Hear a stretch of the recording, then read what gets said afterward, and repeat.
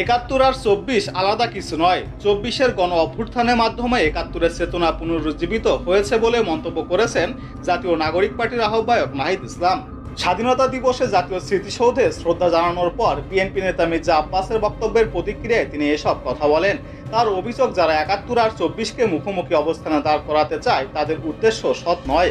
নাহিদ ইসলাম আরও বলেন, ক্ষমতায় বসার জন্য যদি নির্বাচনে চাপিয়ে দেওয়া হয় তা মানা হবে না। একদিকে ক্ষমতায় যাওয়ার জন্য নির্বাচন চাপিয়ে দেওয়া হচ্ছে, অন্যদিকে ফ্যাসিস্টদের পুনর্বাসনের ষড়যন্ত্র চলছে বলেও জানান তিনি। এছাড়াও সংবিধান আঁকড়ে রেখে পুরনো বন্দোবস্তেই দেশকে নিয়ে যাওয়ার পায়তারা চলছে বলে অভিযোগ নাহিদ ইসলামের। এর আগে জাতীয় স্মৃতিসৌধে ফুল দিয়ে শ্রদ্ধা জানান এনসিপি নেতারা।